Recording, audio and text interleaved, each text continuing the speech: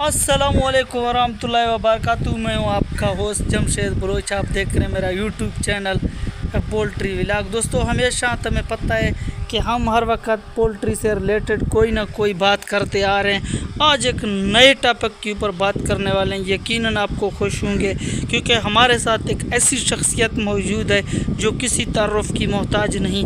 उसके साथ हम आपको बैठकर आज कुछ नए फार्मर जो नए फार्म बनाना चाहते हैं, वो जो उसकी क्या रिक्वायरमेंट है, किस तरह बनेंगे, उसके ऊपर आज हमारे साथ मौजूद है AI साहब। इससे हम आज खूब इंजॉय और खूब आपको एक एक चीज़ के ऊपर जो है ना नज़र डालकर बताएंगे। अभी इससे हम दुआ सलाम करेंगे, उसके बाद हम अपने टॉपिक पर जाएंगे। अस्सलामुअलैकुम।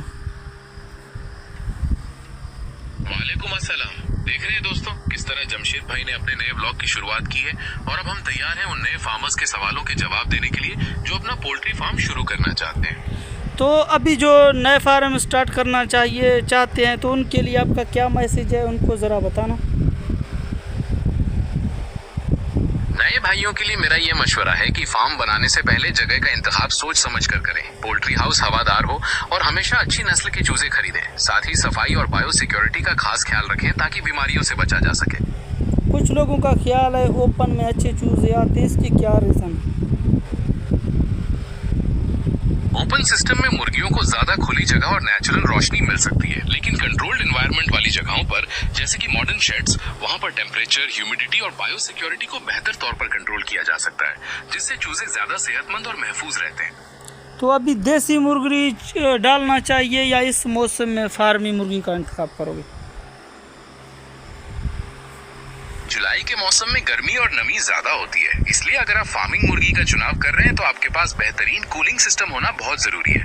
देसी मुर्गियां गर्मी को थोड़ा बेहतर बर्दाश्त कर लेती हैं, लेकिन उन्हें भी तेज धूप और बारिश से बचाना जरूरी होता है। आप किस तरह का सिस्टम अपनाने का सोच रहे हैं? हम तो सादा सा, मेरा दोस्त है उन्होंने मुझे कॉल किया कि सादा सा सिस्टम बनाना चाहता हूँ, सादा फार्म। तो इसके ऊपर आपकी मैंने कहा मैं राय लेता हूँ दोस्तों से भी और AI से भी। आमतौर पर सादा पोल्ट्री फार्मिंग के लिए खुली हवा वाली जगह बेहतर रहती है, जहां पर शेड का रुख ऐसा हो कि ताजी हवा आती रहे और धूप से बचाव हो सके। सादे सिस्टम में साफ सफाई और हमेशा ताजा पानी मुहैया करना सबसे जरूरी होता है ताकि मुर्गियों की सेहत बनी रहे। क्या आपके दोस्त ने देसी मुर्गियों का इरादा किया है या फार्मिंग? हमारा दोस्त का तो इरादा है कि देसी मुर्गियों का। मैंने भी यही मशवरा दिया कि आप देसी मुर्गी ले लें, उसमें जो है ना बर्दाश्त भी है, गर्मी और सर्दी कुछ हद तक वो बर्दाश्त कर सकते हैं, लेकिन फार्मी में उतनी बर्दाश्त नहीं है जिस तरह ये देसी मुर्गी बर्दाश्त करते हैं। देसी मुर्गियां वाकई ज्यादा मजबूत होती हैं और वे मौसम के बदलाव को ज्यादा अच्छे तरीके से झेल लेती हैं। ये उन्हें छोटे स्केल पर या सादे फार्म्स के लिए एक बेहतरीन विकल्प बनाता है क्योंकि इन्हें संभालने में कम पेचीदगी आती है। तो अभी दोस्तों को जो जहाँ मेरे व्लॉग देख रहे हैं उनको क्या कहोगे इसमें बारे में? मैं उन सभी दोस्तों से यही कहूंगा कि अगर वे पोल्ट्री फार्मिंग के बारे में कुछ नया सीखना चाहते हैं या सादे तरीके से फार्मिंग करना चाहते हैं तो जमशेद भाई के इस व्लॉग से जुड़े रहें। यहाँ आपको बहुत ही काम की टिप्स और प्रैक्टिकल जानकारी मिलेगी जो आपकी बहुत मदद करेगी। तो अभी चाय आया है, चाय पीना है तो आ जाओ, हम चाय पी रहे हैं और दोस्तों को भी इन्वाइट करेंगे आकर हमारे चाय को चार चांद लगा दे। वाह, गर्मा गर्म चाय तो मजा ही आ जाएगा। आप लोग चाय का लुत्फ उठाएं और हम उम्मीद करते हैं कि सभी दोस्त इस चाय की दावत में शामिल होकर आपके साथ एक अच्छा वक्त बिताएं। बिल्कुल बादल बने हुए हैं, आज कोई बारिश का चांस है कोई हमारे पास? हाँ, आज बारिश के काफी चांस हैं। यहाँ के मौसम के हिसाब से आज भारी गरज चमक के साथ बारिश की पूरी संभावना है। तो 200 मुर्गियों में कितना खर्चा आएगा? जब देसी लेगा 200 मुर्गी तो उसके ऊपर क्या खर्चा होगा, क्या रिक्वायरमेंट है उसकी? 200 मुर्गियों के देसी पोल्ट्री फार्म के लिए शुरुआत में शेड बनाने का खर्च, चूजों की कीमत और फीड का इंतजाम शामिल होता है।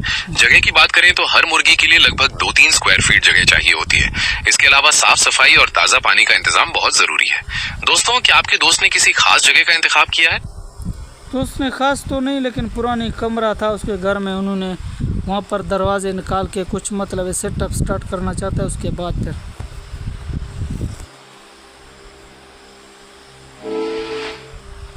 पुराने कमरे को पोल्ट्री के लिए इस्तेमाल करना एक अच्छा। दोस्तों आपने सुन लिया, अगर कोई भाई जो है ना फार्मिंग का काम करना चाहता है ना तो आप बेशक काम शुरू कर सकते हैं, क्योंकि इसमें काफ़ी फ़ायदा भी है और नुकसान का भी काफ़ी रिस्की काम है। अगर आप रिस्क लोगे, रिस्क लेना चाहते हो, तो इसमें इतना ख़र्चा नहीं है। आप 100 बीज से भी स्टार्ट कर सकते हो, 120 दाने से भी, 40 से भी, 50 से भी, जितना आपका दिल करे आप पहले स्टार्ट लें, फिर उसके बाद देखें। अगर मेरी व्लॉग अच्छी लगी तो चैनल को सब्सक्राइब करना। अब मुझे दीजिए इजाज़त। अल्लाह ने कहबा।